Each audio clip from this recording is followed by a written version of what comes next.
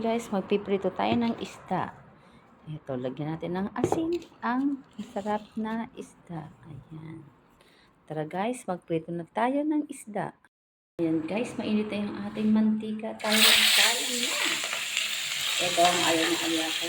Ang tatalpin ang mantika.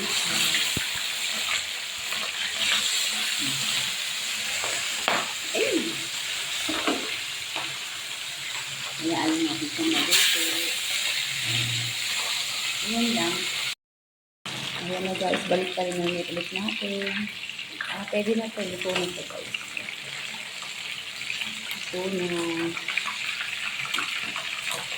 Ayan, luto na yung ating CF na.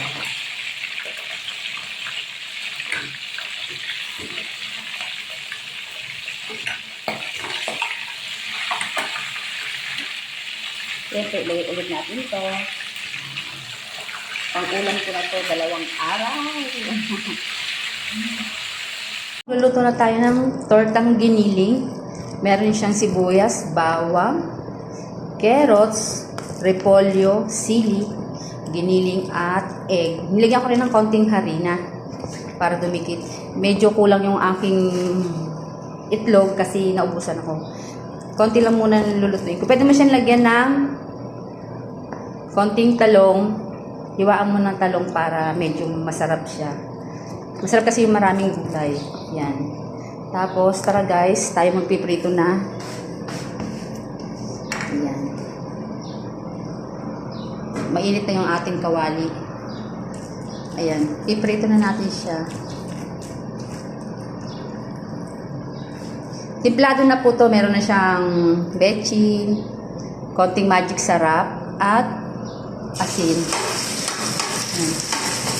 Dapat pag nagluto ka ng ganito, medyo damihan mo yung itlog para kumapit.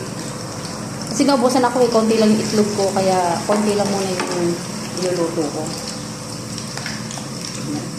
Tapos ang sausawan nito ay siling suka na may sili. Yan. Ganyan lang po. Torta yan. Tawag dyan. Ayan. Tara guys, magluto na kayo. Eto masarap. Nilalagyan ko rin to guys ng talong. Kaso wala akong talong ngayon na ubusan. Hindi nga ako nakapamili kasi kahapon, pagpunta ko sa Bacala, wala. Kaya yan lang. Ganyan lang siya guys. Yan. Maluluto na yan dyan. Ganyan lang ang pagprito niya. Guys, ito na ang aking nilulutong vegetable okoy. Ayan na ha. Ganyan lang yan.